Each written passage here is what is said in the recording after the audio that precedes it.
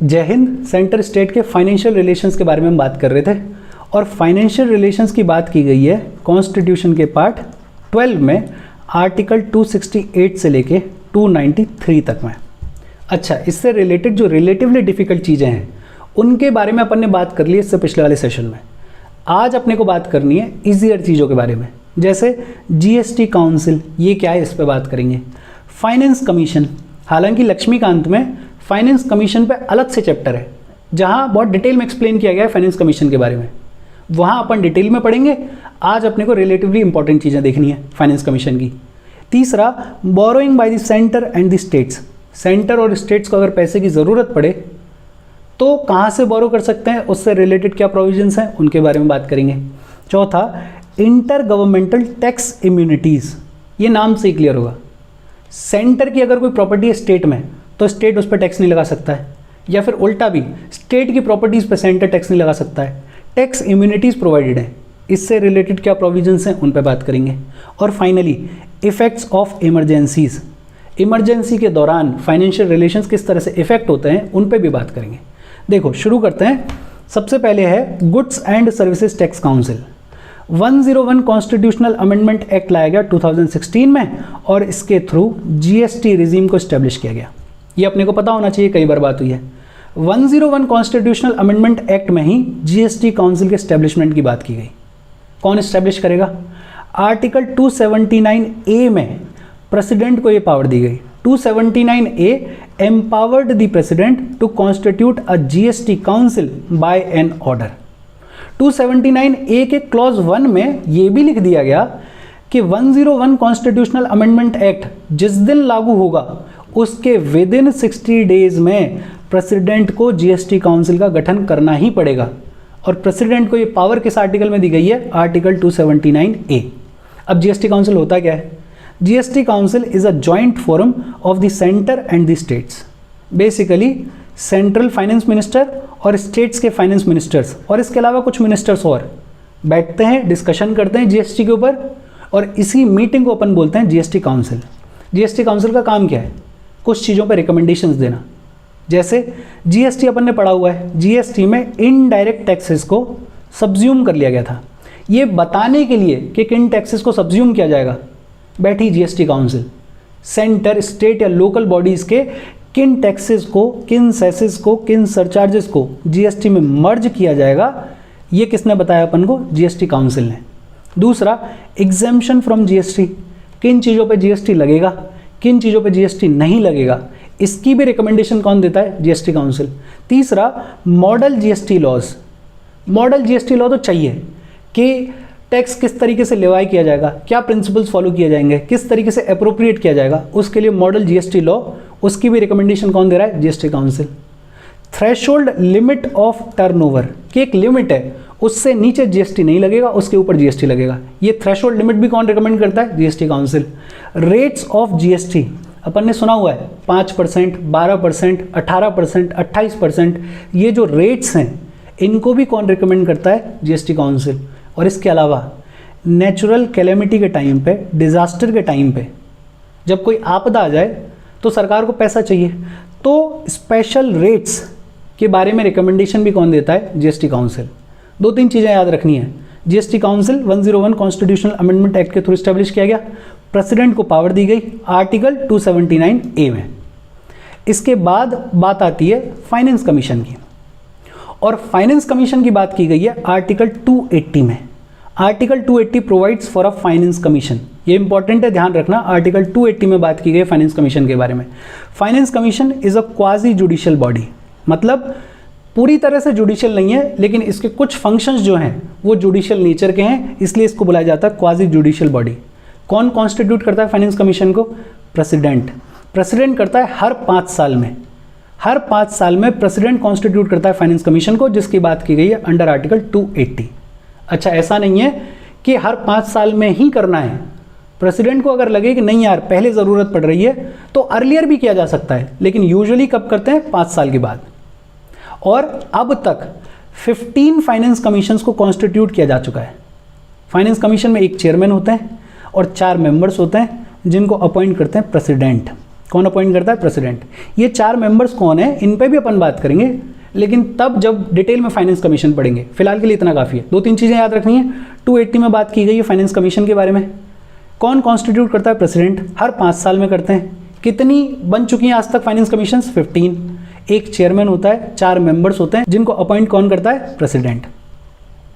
अच्छा, इसके अलावा फाइनेंस कमीशन का काम क्या है? फाइनेंस कमीशन का काम है कुछ चीज़ों पे प्रेसिडेंट को रिकमेंडेशन देना। किसको रिकमेंडेशन देते हैं ये? प्रेसिडेंट को। किन चीज़ों पे? पहला, distribution of net proceeds of taxes between centre and states and allocation between states. 2 aspects की बात की गई है। एक तो ये कि टैक्सेस के जो भी नेट प्रोसीड्स हैं उनको सेंटर और स्टेट के बीच में किस तरीके से डिस्ट्रीब्यूट किया जाएगा, और दूसरा स्टेट्स के बीच में किस तरीके से अलोकेट किया जाएगा। फॉर एग्जाम्पल मान लेते हैं 100 रुपये टैक्स कलेक्ट किया गया। अब फाइनेंस कमीशन प्रेसिडेंट को रिकमेंडेशन देगी कि 100 में से 60 रुपये तो सेंटर को दे दिए जाएं और 40 रुपये स्टेट्स को दे दिए जाएं। ये बता दिया डिस्ट्रीब्यूशन किस तरीके से होगा। फिर ये भी बताएगी कि इन 40 रुपये में से किस स्टेट को कितना पैसा मिलेगा। अलोकेशन बिटवीन स्टेट्स, उस पर भी रिकमेंडेशन प्रेसिडेंट को कौन देगा? Finance commission. दूसरी बात, principles of grants in aid to the states by the centre. देखो, अपन ने 2 ग्रांट इन एड्स पढ़ी हैं, एक स्टैट्यूटरी ग्रांट और दूसरी डिस्क्रिशनरी ग्रांट। अब आप लोग मुझे बता रहे हो कि इन दोनों में से किस एक ग्रांट के लिए फाइनेंस कमीशन को रिकमेंडेशन देनी होती है, और ये जो भी ग्रांट है उसको चार्ज किया जाता है कंसोलिडेटेड फंड ऑफ इंडिया पे। तीसरा, measures needed to augment consolidated fund of state to supplement the resources of the panchayats and municipalities in the state on the basis of the recommendations made by the state finance commission। State finance commission study करता है और बताता है कि किस तरीके से पंचायत और म्यूनिसिपैलिटीज़ के रिसोर्सेज को ऑगमेंट किया जा सकता है, बढ़ाया जा सकता है, और उसके बेसिस पे फाइनेंस कमीशन प्रेसिडेंट को रिकमेंडेशन देती है और बताती है कि किस तरीके से स्टेट के कंसोलिडेटेड फंड्स को बढ़ाया जा सकता है, किस तरीके से स्टेट के कंसोलिडेटेड फंड्स को मजबूत किया जा सकता है। और चौथा, any other matter referred to it by the president in the interest of sound finance. President को अगर कोई जानकारी चाहिए फाइनेंस से रिलेटेड कि फाइनेंस को बेहतर कैसे करना है, तो उस पे भी रिकमेंडेशन कौन देगा? Finance commission. अच्छा, फाइनेंस कमीशन के लिए बोला जाता है कि it is the balancing wheel of the fiscal federalism. और ये इंपॉर्टेंट है, ध्यान रखना। इनफैक्ट मेंस में अगर कभी आ जाए फाइनेंस कमीशन तो बहुत इंपॉर्टेंट है ये लिखना कि it is known as the balancing wheel of the fiscal federalism. और ये बात हुई फाइनेंस कमीशन की। अच्छा, इसमें एक टर्म है नेट प्रोसीड्स। ये नेट प्रोसीड्स क्या होता है? देखो, टैक्स कलेक्ट किया जाता है। नेट प्रोसीड्स का मतलब होता है tax minus cost of collection. भाई, टैक्स को कलेक्ट करने में कुछ कॉस्ट लगती है, उसको घटा के जो पैसा बच रहा है टैक्स का, उसे बोलते हैं अपन नेट प्रोसीड्स। अच्छा, ये नेट प्रोसीड्स कौन कैलकुलेट करता है? ये कैलकुलेट करता है सीएजी, और सीएजी जो कैलकुलेट कर देता है वो फाइनल होता है। ये ध्यान रखा जाए। फाइनेंस कमीशन की बात हुई। इसके बाद आता है प्रोटेक्शन ऑफ स्टेट्स इंटरेस्ट। देखो, जहाँ स्टेट का इंटरेस्ट है फाइनेंस के मैटर्स में, वहाँ स्टेट्स को कुछ प्रोटेक्शंस भी प्रोवाइड की गई हैं, और ये प्रोटेक्शंस किसके थ्रू प्रोवाइड की गई हैं? प्रेसिडेंट के थ्रू। देखो, कुछ ऐसे बिल्स हैं जिनको पार्लियामेंट में अगर इंट्रोड्यूस किया जाएगा तो पहले प्रेसिडेंट की रिकमेंडेशन ली जाएगी, प्रेसिडेंट की रजामंदी ली जाएगी, और प्रेसिडेंट यहाँ पे वो अथॉरिटी है जो स्टेट्स के बिहाफ पे काम कर रहा है, ये ध्यान रखने के लिए कि स्टेट्स के इंटरेस्ट को हार्म ना किया जाए। अब वो बिल्स कौन कौन से हैं?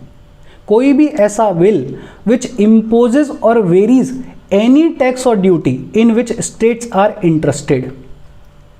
ऐसा कोई भी टैक्स या ऐसी कोई भी ड्यूटी जिसमें स्टेट्स इंटरेस्टेड हैं, उसको अगर वेरी करने के लिए कोई बिल लाया जाएगा तो उसको पहले प्रेसिडेंट की रिकमेंडेशन लेने की ज़रूरत है। अच्छा, स्टेट्स का इंटरेस्ट कहाँ पर होगा? कोई भी ऐसे टैक्सेस जो कि स्टेट्स को असाइंड हैं, उनमें अगर कुछ वेरिएशन करना है तो स्टेट का इंटरेस्ट लाई करता है वहाँ पे, तो उस बिल को प्रेसिडेंट की रिकमेंडेशन के साथ इंट्रोड्यूस किया जा सकता है। या फिर कोई भी जो कंसोलिडेटेड फंड ऑफ इंडिया से पैसा मिलता है स्टेट्स को, उसमें अगर कुछ वेरिएशन करना है तो उस बिल को भी पहले रिकमेंडेशन लेनी पड़ेगी प्रेसिडेंट की। दूसरा, अ bill which varies the meaning of expression agricultural income. Agricultural income, income tax के पर्पज से एक डेफिनेशन है एग्रीकल्चरल इनकम की, अगर उसमें कोई चेंज लाने के लिए बिल लाया जा रहा है तो वो भी पार्लियामेंट में तब इंट्रोड्यूस किया जा सकता है जब उसको प्रेसिडेंट की रिकमेंडेशन मिल गई हो। तीसरा, a bill which affects the principles on which the moneys are और may be distributable to the states. States को जो मनी डिस्ट्रीब्यूट की जाती है उसके प्रिंसिपल्स को चेंज करने के लिए अगर कोई बिल लाया जा रहा है। और चौथा, a bill which imposes any surcharge on any specified tax और duty for the purpose of the centre. भाई किसी भी टैक्स पे सरचार्ज लगाया जा रहा है तो वहां भी इंट्रोड्यूस करने से पहले प्रेसिडेंट की रिकमेंडेशन लेनी पड़ेगी। इन चीज़ों में, इन चारों बिल्स में प्रेसिडेंट जो है वो एक तरीके से देखरेख का काम कर रहे हैं और स्टेट्स के इंटरेस्ट को बचाने के लिए काम कर रहे हैं। इसके बाद बात आती है borrowing bye the centre and the states. पैसे की ज़रूरत पड़ती है ही सरकार को, तो सरकार कहाँ से बोरो कर सकती है? सेंट्रल गवर्नमेंट को अगर पैसा बोरो करना है तो सेंट्रल गवर्नमेंट इंडिया में या इंडिया के बाहर कहीं से भी पैसा बोरो कर सकते हैं। इंडिया में किसी अथॉरिटी से पैसा लेना है वहाँ से ले सकते हैं, अगर बाहर से कोई पैसा बोरो करना है तो बाहर से ले सकते हैं।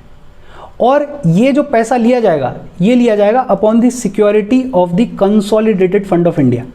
भाई जब हम किसी से उधार लेते हैं तो बदले में कोई सिक्योरिटी देते हैं ना, वैसे ही सेंट्रल गवर्नमेंट बदले में सिक्योरिटी के तौर पे क्या है, कंसोलिडेटेड फंड ऑफ इंडिया, कि हमारे पास 20,000 लाख करोड़ रुपया है, अब हमें थोड़ा सा उधारी दे दो, चुका देंगे बाद में। तो सिक्योरिटी का काम कौन कर रहा है? Consolidated fund of India, but both with in the limits fixed by the parliament.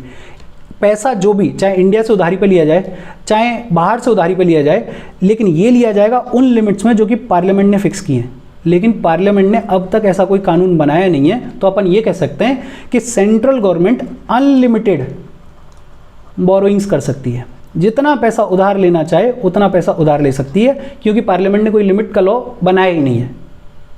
दूसरा, स्टेट गवर्नमेंट को अगर उधारी लेनी है तो स्टेट गवर्नमेंट सिर्फ इंडिया में से उधारी ले सकते हैं, बाहर से कहीं से उधारी नहीं ले सकते। ये ध्यान रखा जाए, सेंट्रल गवर्नमेंट इंडिया या बाहर दोनों जगह से बोरोइंग कर सकते हैं, स्टेट गवर्नमेंट सिर्फ इंडिया में से बोरोइंग कर सकते हैं। और सेंट्रल गवर्नमेंट के लिए सिक्योरिटी का काम क्या करता है? Consolidated fund of the state, consolidated fund of the state, but both with in the limits fixed by the legislature of that state. लेकिन ये ध्यान रखा जाएगा कि जब भी कोई बोरोइंग करेगी स्टेट गवर्नमेंट तो उन लिमिट्स में करेगी जो लिमिट्स स्टेट की लेजिस्लेचर ने डिसाइड की हैं। अच्छा, सेंटर का एक काम और है, सेंट्रल गवर्नमेंट के पास में अगर पैसा है तो वो स्टेट्स को लोन्स दे सकते हैं। फॉर एग्जांपल, कल को पंजाब को पैसे की ज़रूरत है, लोन की ज़रूरत है, और सेंट्रल गवर्नमेंट के पास में पैसा है, तो सेंट्रल गवर्नमेंट लोन के तौर पे पंजाब को पैसा दे सकती है, या फिर गारंटर बन सकती है। गारंटर बन सकती है। पंजाब गवर्नमेंट इंडिया में किसी अथॉरिटी के पास में पैसा लेने जाए और पंजाब गवर्नमेंट के पास में अपनी कोई सिक्योरिटी ना हो, तो सेंट्रल गवर्नमेंट पीछे खड़े होकर बोल सकती है कि भाई पैसे दे दो, अगर कभी दिक्कत आएगी तो मैं पैसे वापस करूंगा। तो सेंट्रल गवर्नमेंट स्टेट्स के लिए गारंटर का भी काम कर सकती है, can provide guarantee in respect of loans raised by any state. और जो ये गारंटी दे रही है उसके पीछे बैकअप क्या है सेंटर के पास में? Consolidated fund of India. चौथी चीज, state can not raise any loan without the consent of the centre. Centre की मर्जी के बिना स्टेट लोन नहीं ले सकते हैं दो कंडीशंस में। पहली क्या है? If there is still outstanding any part of a loan made to the state by the centre. Centre ने पहले से स्टेट को लोन दिया हुआ है और अभी तक वो लोन चुकाया नहीं गया है, तो स्टेट नया लोन नहीं ले सकती है सेंटर की बिना सहमति के। और दूसरा, in respect of which a guarantee has been given by the centre. अगर कोई ऐसा लोन है जो कि स्टेट ने लिया हुआ है और उसका गारंटर कौन है? सेंटर है, तो भी कोई भी नया लोन अगर स्टेट को लेना है तो पहले सहमति लेनी पड़ेगी सेंटर की। देखो, चार चीज़ें पढ़ी हैं अपन ने बोरोइंग में, कि एक तो सेंट्रल गवर्नमेंट इंडिया या इंडिया के बाहर कहीं से भी बोरोइंग कर सकती है, कोई दिक्कत नहीं है। बैकअप में क्या है? Consolidated fund of India. State government सिर्फ इंडिया में से बोरो कर सकती हैं, बैकअप में क्या है? Consolidated fund of state. तीसरा, सेंटर के पास में अगर पैसा है तो सेंटर किसी स्टेट को लोन दे सकता है, या फिर स्टेट के लिए गारंटर बन सकता है। और चौथा, कोई भी स्टेट जिसने सेंटर से लोन लिया हुआ है या फिर लोन लिया हुआ है किसी और अथॉरिटी से लेकिन सेंटर उसमें गारंटर है, तो ऐसे सिचुएशन में जब ये लोन्स लिए हुए हैं और अभी तक चुके नहीं हैं, तो ये जो स्टेट है अगर नया लोन लेगा तो इसको पहले सेंटर की कंसेंट लेनी पड़ेगी, रजामंदी लेनी पड़ेगी। ये बात हुई borrowing bye the centre and the states. इसके बाद बात आती है इंटर गवर्नमेंटल टैक्स इम्यूनिटीज़ की। बेसिकली सेंटर की अगर कोई प्रॉपर्टी है स्टेट में तो उस पर स्टेट गवर्नमेंट्स टैक्स नहीं लगा सकती, और उल्टा भी सही है कि स्टेट की प्रॉपर्टीज़ पे सेंटर टैक्स नहीं लगा सकता। क्या प्रोविजन से देखते हैं। सबसे पहला, exemption of central property from state taxation. State central property पे किसी भी तरीके का कोई टैक्स नहीं लगा सकती। स्टेट या फिर उसकी कोई भी अथॉरिटी सेंट्रल प्रॉपर्टी पे किसी भी तरीके का टैक्स नहीं लगा सकती, एग्जेम्पशन है। Property of centre is exempted from all taxes imposed by a state or any authority within a state like municipalities, district boards and panchayat. अच्छा, अब सवाल आता है कि सेंट्रल प्रॉपर्टी होती क्या है। फॉर एग्जाम्पल राजस्थान है और राजस्थान में जीएसटी का कोई डिपार्टमेंट इस्टेब्लिश किया गया। अब जीएसटी वैसे तो सेंटर के अंडर में, लेकिन ऑपरेशनल पर्पसेस के लिए जीएसटी का डिपार्टमेंट इस्टेब्लिश किया गया राजस्थान में। इसके लिए सेंटर ने ज़मीन खरीदी राजस्थान में। ये जो ज़मीन खरीदी गई ये सेंट्रल प्रॉपर्टी हो गई। इस सेंट्रल प्रॉपर्टी पे, इस ज़मीन पे कोई टैक्स नहीं ले सकती है स्टेट। इस जीएसटी डिपार्टमेंट को चलाने के लिए गाड़ी घोड़ों की ज़रूरत होगी, और ये जो गाड़ियाँ खरीदी गई ये सेंट्रल प्रॉपर्टी हो गई। अब इस पे भी स्टेट कोई टैक्स नहीं लगा सकती। या फिर इसके अलावा दूसरा एग्जाम्पल, हर स्टेट में आर्मी एरिया होता है, और आर्मी एरिया जो कैंटोनमेंट एरिया होता है वो सेंटर के अंडर में है, लेकिन ये जो ज़मीन है इस पे स्टेट कोई भी टैक्स नहीं लगा सकती है क्योंकि ये सेंट्रल प्रॉपर्टी है। इस आर्मी के ऑपरेशन के लिए जो भी गाड़ी वगैरह खरीदी जा रही हैं उन पे कोई टैक्स नहीं लगाया जा सकता क्योंकि ये भी सेंटर की प्रॉपर्टी है। लेकिन हाँ, parliament is empowered to remove this ban. Parliament अगर चाहे तो ये बोल सकता है कि नहीं भाई, आज के बाद से स्टेट्स को पावर दी जाती है कि सेंट्रल प्रॉपर्टी पे टैक्स लगाओ, लेकिन पार्लियामेंट ऐसा करेगा नहीं। क्यों करेगा? किसको पसंद है टैक्स देना? अब प्रॉपर्टी में क्या आता है? Lands, buildings, चैटल्स। चैटल्स भी बिल्डिंग्स का ही एक नाम है। Shares, deaths. अब सेंट्रल गवर्नमेंट ने किसी कंपनी में शेयर्स खरीद लिए, अब वो सेंट्रल प्रॉपर्टी हो गई, तो शेयर पे भी स्टेट गवर्नमेंट्स टैक्स नहीं लगा सकती हैं। डेथ्स पे भी स्टेट गवर्नमेंट जो है वो टैक्स नहीं लगा सकती हैं। प्रॉपर्टी चाहे कैसी भी हो, मूवेबल हो जैसे अपन गाड़ी वाड़ियों की बात कर रहे थे, इमूवेबल हो जैसे अपन ज़मीन बमीन या फिर बिल्डिंग्स की बात कर रहे हैं, कैसी भी प्रॉपर्टी हो, मूवेबल हो इमूवेबल हो, स्टेट गवर्नमेंट सेंट्रल प्रॉपर्टी पे टैक्स नहीं लगा सकती हैं। दूसरा, प्रॉपर्टी चाहे टेंजिबल हो, ऐसी प्रॉपर्टी जिसे छुआ जा सकता है, बिल्डिंग्स वगैरह, या फिर इनटेंजिबल हो जैसे शेयर्स वगैरह जिनको छुआ नहीं जा सकता। कैसी भी प्रॉपर्टी हो, कंडीशन सिर्फ इतनी सी है कि सेंट्रल प्रॉपर्टी है तो स्टेट उस पर टैक्स नहीं लगा सकती। अच्छा, फर्दर, प्रॉपर्टी में बी यूज्ड फॉर सोवरिन और कमर्शियल पर्पस। कोई फर्क नहीं पड़ता कि सरकार उसको सोवरिन, सरकारी काम जैसे आर्मी एरियाज, उसके लिए यूज़ कर रही है प्रॉपर्टी को या फिर कमर्शियल पर्पस के लिए यूज़ कर रही है, टैक्स नहीं लगाया जाएगा सेंट्रल प्रॉपर्टी पे। लेकिन एक चीज़ ध्यान रखना, कोई भी कॉरपोरेशन या कोई भी company created by the central government, कोई भी कॉरपोरेशन या कंपनी जो कि सेंट्रल गवर्नमेंट के द्वारा बनाई गई है, are not immune from state taxation और लोकल टैक्सेशन। ऐसी कोई भी कंपनी या कॉरपोरेशन जो कि सेंट्रल गवर्नमेंट के द्वारा बनाई गई है, उस पे स्टेट का टैक्स, उस पे लोकल अथॉरिटीज़ का टैक्स लगाया जा सकता है, उनको इम्यूनिटी नहीं है। इम्यूनिटी सिर्फ किसको है? सेंट्रल प्रॉपर्टी को। ये एक बात हुई। दूसरी बात है एग्जेम्पशन ऑफ स्टेट प्रॉपर्टी और income from central taxation. State की प्रॉपर्टी, स्टेट की इनकम पे सेंटर टैक्स नहीं लगा सकता, एग्जेम्पशन प्रोवाइडेड है। The property and income of a state is exempted from central taxation. For example, Rajasthan में मान लेते हैं ऊन खूब हो रही है, वुल खूब हो रही है, और राजस्थान की गवर्नमेंट डिसाइड करती है कि चलो यार हिमाचल प्रदेश चलते हैं और वहाँ पे एक ऊन की फैक्ट्री लगाएंगे, और इन्होंने फैक्ट्री लगा ली। तो ये जो ऊन की फैक्ट्री लगाई गई, ये राजस्थान गवर्नमेंट की प्रॉपर्टी है, इससे इनकम भी जनरेट होगी, इस प्रॉपर्टी पे, इस इनकम पे सेंट्रल गवर्नमेंट टैक्स नहीं लगा सकती। कोई फर्क नहीं पड़ता कि इनकम जो है वो सोवरेन फंक्शन से आ रही है या कमर्शियल फंक्शन से आ रही है, कोई फर्क नहीं पड़ता। स्टेट की इनकम है तो उस पर सेंटर टैक्स नहीं लगा सकता। हालांकि पार्लियामेंट को पावर दी गई है कि पार्लियामेंट अगर चाहे तो कानून बना सकता है और कानून बना के सेंटर को पावर दे सकता है कि सेंटर स्टेट के कमर्शियल ऑपरेशंस पे टैक्स लगा सके। सोवरेन फंक्शंस पे टैक्स नहीं लगा सकता, सरकारी फंक्शंस पे टैक्स नहीं लगा सकता।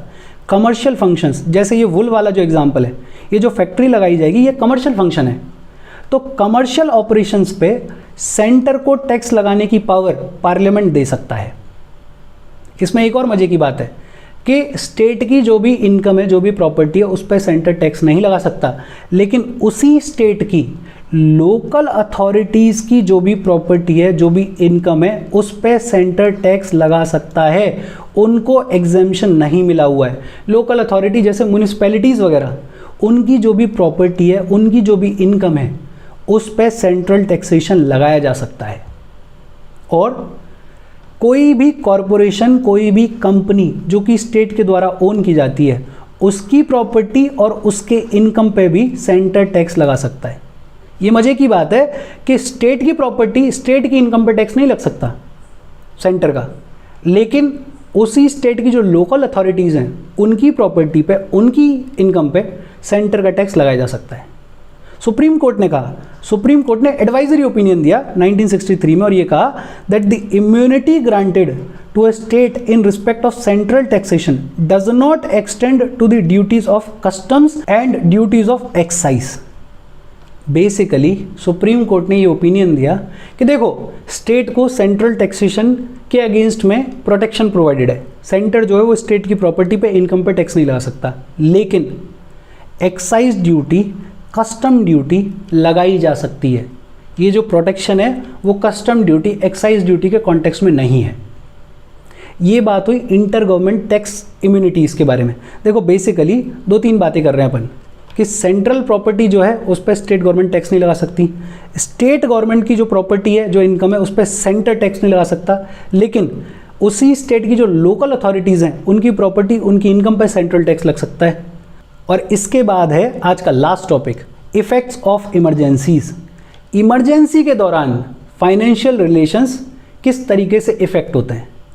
देखो, एक होती है नेशनल इमरजेंसी, ये अपने को पता ही है, ये लगाई जाती है अंडर आर्टिकल 352। और नेशनल इमरजेंसी के दौरान प्रेसिडेंट को ये पावर है कि प्रेसिडेंट सेंटर और स्टेट्स के बीच में जो डिस्ट्रीब्यूशन ऑफ रेवेन्यू का सिस्टम है उसको मॉडिफाई कर सकते हैं। देखो, नॉर्मली तो कॉन्स्टिट्यूशन में बताया हुआ है कि किस तरीके से सेंटर और स्टेट्स के बीच में रेवेन्यू का डिस्ट्रीब्यूशन किया जाएगा। नेशनल इमरजेंसी के दौरान president can modify the constitutional distribution of revenues between the centre and the states. और नेशनल इमरजेंसी के दौरान जो भी मॉडिफिकेशन किया गया, ये मॉडिफिकेशन इमरजेंसी जिस साल में ख़त्म की जाएगी उस पूरे फाइनेंशियल ईयर में कंटिन्यू रहेगा। दूसरा, फाइनेंशियल इमरजेंसी, ये लगाई जाती है अंडर आर्टिकल 360। और फाइनेंशियल इमरजेंसी का मतलब पैसे की कमी है। और जब फाइनेंशियल इमरजेंसी लगाई गई है तो सेंटर जो है वो स्टेट्स को डायरेक्शन दे सकता है और बोल सकता है टू ऑब्जर्व फाइनेंशियल प्रॉपरिटी, कि भैया पैसे का बचाव करो, अनाप शनाप पैसा खर्च मत करो, फालतू खर्चा मत करो। दूसरा, सेंटर स्टेट्स को बोल सकता है कि आपके यहाँ पे स्टेट में जो भी लोग नौकरी कर रहे हैं उनके सैलरीज, उनके अलाउंसेस को रिड्यूस करो। तीसरा, कोई भी मनी बिल, कोई भी अदर फाइनेंशियल बिल अगर स्टेट में पास किया जाएगा तो सेंटर ये कह सकता है कि पहले उसको प्रेसिडेंट की कंसिडरेशन के लिए भेजो। और ये बात हुई फाइनेंशियल रिलेशंस के बारे में। कोई डाउट हो please comment. Thank you very much.